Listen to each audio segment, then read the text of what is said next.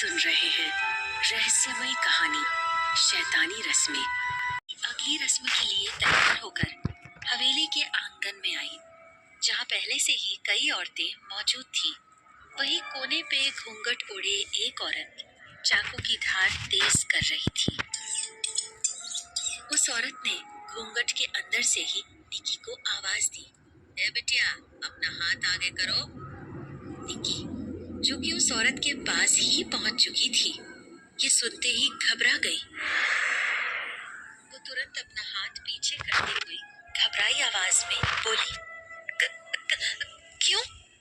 पास ही खड़ी सुमित्रा उसे आंख दिखाती हुई दबी आवाज में बोली, रस्म के मामले में सवाल जवाब नहीं करते, चुपचाप माई के सामने हाथ आगे करो।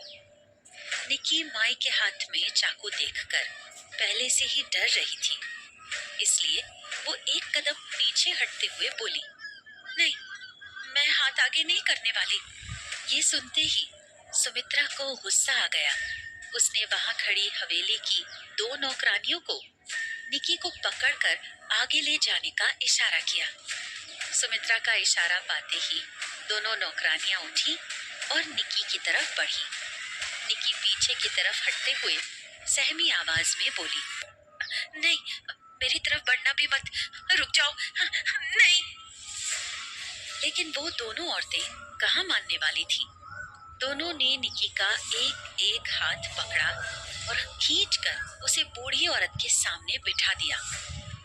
उस औरत ने एक हाथ से कसकर निकी की एक हथेली पकड़ ली और घूंघट के अंदर से ही उसे घूरती नजर से देखा और फिर बोली, क्यों बिटिया, मर्द के नजदीक नहीं जाना है क्या? निकी उनकी बात समझ नहीं पाई। वो अपना हाथ छुड़ाने का प्रयास करने लगी, लेकिन उस औरत की पकड़ काफी मजबूत थी। निकी की नाजुक हथेलियां उसके कठोर बल के आगे काफी कमजोर थी। पीछे से दोनों औरतों ने भी निकी को पकड़ रखा था।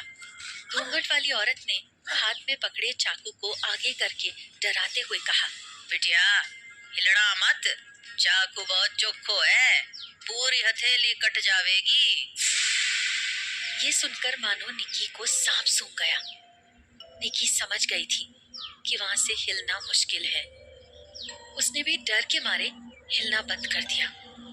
बूढ़ी औरत ने चाकू के नुकीले हिस्से को निकी की कलाई के ऊपरी हिस्से पर रखा और कुछ मंत्र बुदबुदाने लगी। वो मंत्र बुदबुदाते हुए चाकू के नुकीले हिस्से को कलाई पर धंसाने लगी। निकी ने दर्द का एहसास कर अपनी आंखें बंद कर ली और चीखने ही वाली थी कि उसी समय पहली मंजिल से जोर से चीखने की आवाज आई। सबकी नजरें ऊपरी मंजिल की तरफ चली गई। गलियारे में पीयूष की भाभी खड़ी थी। वो इस प्रकार झूम रही थी मानो उन्हें चक्कर आ रहा हो। झूमने के कारण उनका सिर एक खंबे से टकराया था और उनके चीखने की आवाज आई थी। वो अब रेलिंग के करीब आ चुकी थी और कभी भी नीचे की तरफ गिर सकती थी। सुमित्रा और बाकी औरतों ने ये देखा तो उनके होश उड़ गए। सुमित्रा घबराती हुई बोली, ये बड़ी बहू को क्या हो गया? वो तुरंत ही 2 औरतों के साथ पहली मंजिल की तरफ भागी। चीख सुनकर प्रतीक भी उधर भागा हुआ आ रहा था। वे लोग वहां पहुंचे ही थे कि उसी समय पीयूष की भाभी अनबैलेंस होकर नीचे गिरने लगी। घूंघट वाली औरत भी हैरानी से उधर ही देख रही थी। निकी ने मौका पाकर अपना हाथ उनसे छुड़ा लिया और खड़ी हो गई। वहीं पीयूष की भाभी धड़ाम से जमीन पर आकर गिरी। उसकी चीख से पूरी हवेली गूंज उठी। दूसरी तरफ एक जोरदार चीख के साथ रचना उठकर बिस्तर पर बैठ गई। ऐसा लग रहा था जैसे वो किसी बुरे सपने से जागी हो। उसका शरीर पसीने से तरबतर हो चुका था। उसने डर के मारे वहां से भागने की कोशिश की। तभी सौदामिनी ने उसे पकड़ लिया और बोली, घबराओ मत, तुम यहाँ मेरे साथ ठीक हो, डरो मत। रचना उसकी तरफ देखती हुई हैरानी से बोली, तुम कौन हो? सौदामिनी बोली, मैं इस गांव में नहीं हूँ। मैं किसी काम के लिए यहाँ आई थी। तभी तुमको बेतवा नदी के पास भागते हुए देखा। तुम पहाड़ी पर चढ़ गई थी और वहां से गिरने वाली थी। तभी मैंने तुम्हें बचाया।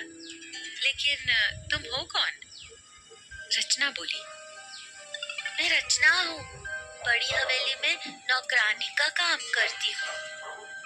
कहती हुई वो बिस्तर से उतरी और बोली, मुझे यहाँ से बड़ी हवेली जाना होगा।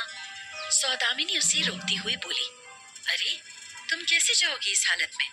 तुम्हारी तबीयत खराब है, बुखार से शरीर तप रहा है। तुम दवाई खाकर ठीक हो जाओ, तब हम तुम्हें खुद वहां छोड़ देंगे। उसने रचना को पानी पीने को दिया। रचना पानी पीने लगी। तभी सौदामिनी बोली, तुम इतनी डरी हुई सी क्यों थी? क्या देख लिया था तुमने वहां? रचना की आंखों के सामने तुरंत ही उस शैतान का चेहरा घूम गया। उसके हाथ से अचानक पानी का गिलास छूट के नीचे गिर गया।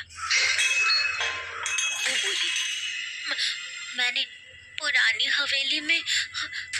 उसने अभी बताना शुरू ही किया था कि उसी समय उसने देखा दरवाजे पर एक साया प्रवेश कर रहा है।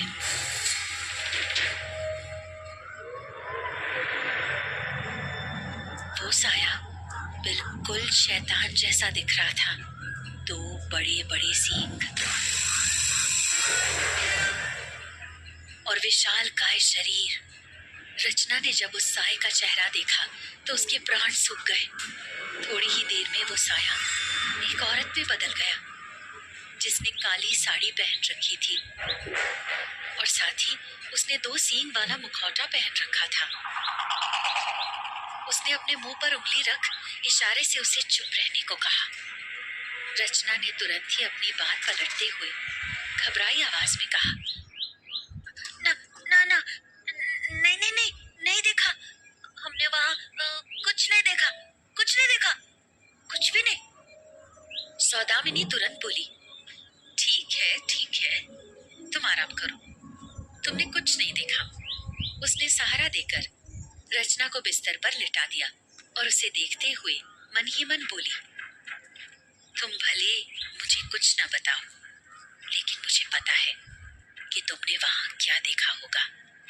सच तो मैं तुमसे उगलवा कर रहूंगी। बोलते बोलते सौदामिनी के चेहरे पे कुटिल मुस्कान उभर आई। जहां एक और रचना एक अनजान साये के भय से सौदामिनी से सच छिपा रही थी, वही निकी के सामने पीयूष के परिवार के छिपे राज धीरे धीरे सामने आने वाले थे। पीयूष की भाभी आरोही की जमीन पर गिरते ही उनका सिर फट चुका था और उनके सिर से ढेर सारा खून बहने लगा था। पल भर में ही वो जमीन खून से लथपथ हो गई। आरोही के शरीर में कोई हलचल भी नहीं हो रही थी। उसे इस हालत में देखकर वहां बैठी सभी औरतों की सांसें रुक गईं। घबराकर वो सभी तुरंत उठ खड़ी हुई। वहीं वो घूंघट वाली औरत आंगन में बैठी हुई घूंघट के अंदर से ही वहां घट रही चीजों को देखती रही। प्रतीक और सुमित्रा भी तुरंत ही दौड़ते हुए आरोही के पास आए। दोनों घुटने के बल उसके पास बैठ गए। दोनों उसे झकझोर कर देखने की कोशिश करने लगे कि वो होश में तो है। बहू उठो, बहू बहू, तुम ठीक तो हो? बहू आरोही, क्या हुआ तुम्हें? उठो आरोही, आरोही। प्रतीक जोर से चिल्लाया, लेकिन आरोही के शरीर में अब भी कोई हलचल नहीं हुई। प्रतीक ने सहमी नजरों से सुमित्रा को देखा और सुमित्रा ने भी भय भरी नजरों से प्रतीक को। फिर सुमित्रा बोली, इसे ले जाओ यहाँ से जल्दी, सीधा मालिक के पास ही जाओ, वो सब ठीक कर देंगे। प्रतीक ने बिना देर किए अपनी पत्नी को गोद में उठाया और बाहर की तरफ भागा। उसे वहां से जाता देख निकी एक औरत से बोली, कहाँ गए प्रतीक भैया? हॉस्पिटल जा रहे हैं क्या? उस औरत ने घूर कर निकी को देखा और कहा, हमारे यहाँ किसी को हॉस्पिटल नहीं ले जाते हैं, दोबारा ऐसी बात बोलना भी मत। निक्की हैरान होकर मन ही मन बोली, हॉस्पिटल नहीं ले जाते हैं तो फिर कहाँ गए ये लोग? उसने सभी लोगों का चेहरा देखा। सभी वहां उदास खड़े थे, लेकिन कोई भी आरोही के पीछे नहीं गया। निक्की ने खुद को समझाते हुए कहा, हो सकता है किसी डॉक्टर के पास गया होगा। तभी उसकी नजर उस घूंघट वाली औरत पर गई, जो घूंघट की ओट से उसे ही घूर रही थी। निक्की ने उससे नजरें चुरानी चाहिए, लेकिन वो औरत लगातार उसे ही घूरे जा रही थी। उस औरत को देखकर ऐसा लग रहा था जैसे चाकू लेकर अभी निक्की पर बरस पड़ेगी। निक्की ने उससे नजरें चुराते हुए सुमित्रा की तरफ देखा, जो बहुत ज्यादा ही दुखी दिखाई पड़ रही थी। उनके पास दो औरतें भी खड़ी थी। एक औरत बोली, हमको लगता है मालिक हमसे नाराज हो गए हैं। दूसरी औरत बोली, उन्होंने अपना शिकार ढूंढ भी लिया है, अब जल्दी यहाँ और भी आफत आने वाली है। तभी पहली औरत ने निक्की की तरफ तिरछी नजर से देखते हुए कहा, सब इसी के कारण हुआ है। इसने रस्मों में देरी की और मालिक नाराज हुए। अब पता नहीं किसकी किसकी जान जाएगी। निक्की उन लोगों की बात सुन नहीं पा रही थी, लेकिन उनके हाव भाव से वो समझ रही थी कि उसी के बारे में बातें हो रही हैं। कुछ सोच वो सुमित्रा के पास आई और उन्हें सांत्वना देती हुई बोली, माँ जी, डोंट वरी, भाभी को कुछ नहीं होगा, भगवान सब ठीक कर देंगे। भगवान का नाम सुनते ही बाकी औरतें भी उसे घूर कर देखने लगी। निक्की को समझ नहीं आया कि ये लोग ऐसा बिहेव क्यों कर रहे हैं। ऐसा क्या कह दिया उसने? तभी एक औरत आंखें दिखाती हुई बोली, बहू रानी, इस घर में दोबारा भूल कर भी भगवान का नाम मत लेना, वरना बड़ा अनर्थ हो जाएगा। निक्की आश्चर्य करती हुई बोली, लेकिन भगवान तो। उसकी बात पूरी करने से पहले ही सुमित्रा डपटते हुए बोली, क्या तुम्हें कोई बात समझ नहीं आती? एक बार कहा ना यहाँ भगवान का नाम लेना मना है। दोबारा ऐसी हरकत की तो अंजाम अच्छा नहीं होगा, समझ गई? निक्की चिढ़ती हुई खुद से बोली, अंजाम अच्छा नहीं होगा? तो ऐसे कौन सा मेरे साथ यहाँ बहुओं वाला व्यवहार हो रहा है? जब से आई हूँ ऐसा लग रहा है जैसे सारी मुसीबतें बस मेरे ही इंतजार में बैठी थी। कभी कुएं में ढकेल रहे हैं तो कभी तालाब में डुबो रहे हैं। पता नहीं करना क्या चाहते हैं ये सब। तभी उसके दिमाग में भगवान वाली बात आई और वो मन ही मन सोचती हुई बोली, यहाँ तो सच में कोई भी मंदिर नहीं है। हिंदुओं के घर में भगवान की पूजा होती है, लेकिन यहाँ क्यों नहीं? ये लोग फिर मानते किसे हैं? उसके लिए अब ये हैरानी वाला विषय बन चुका था। वही वो कुछ समझ पाती उससे पहले ही वो घूंघट वाली औरत उठी और चाकू लेकर निक्की की तरफ तेजी से बढ़ी। अगले ही पल उस औरत ने निक्की की हथेली पकड़ ली और उस पर चाकू चलाने को हुई। तभी सुमित्रा ने सामने आकर उस औरत का हाथ पकड़ लिया और बोली, अभी नहीं माई, रस्म किया तो और अनर्थ हो जाएगा। माई हाफती हुई बोली,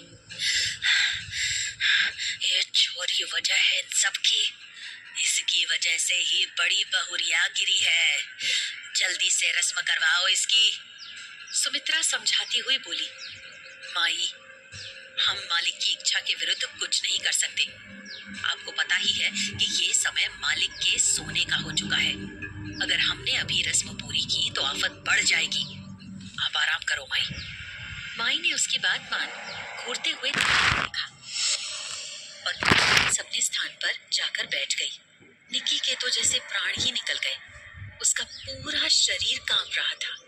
माई के जाते ही सुमित्रा उसकी तरफ मुड़ी और डांटती हुई बोली, देख क्या रही हो, जाओ अपने रूम में, दोबारा रस्म का मुहूर्त होने पर बुलाएंगे तुम्हें।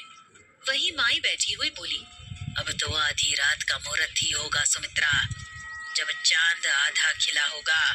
सुमित्रा निक्की की तरफ देखती हुई बोली, सुन लिया ना तुमने, अब जाओ यहाँ से। निक्की अपने कमरे की तरफ बढ़ने लगी, लेकिन उसके दिमाग में अब एक ही प्रश्न गूंज रहा था, ये मालिक कौन है?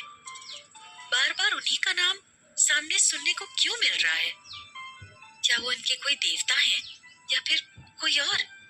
वो अपने कमरे में पहुंच गई, लेकिन जब से उसने मालिक का नाम सुना था, ये नाम उसे परेशान कर रहा था। कौन है ये मालिक? क्या होने वाली है अगली रस्म? क्या हुआ है आरोही को? क्या निकीन रस्मों के जाल से सुरक्षित निकल पाएगी? कहानी जारी रहेगी।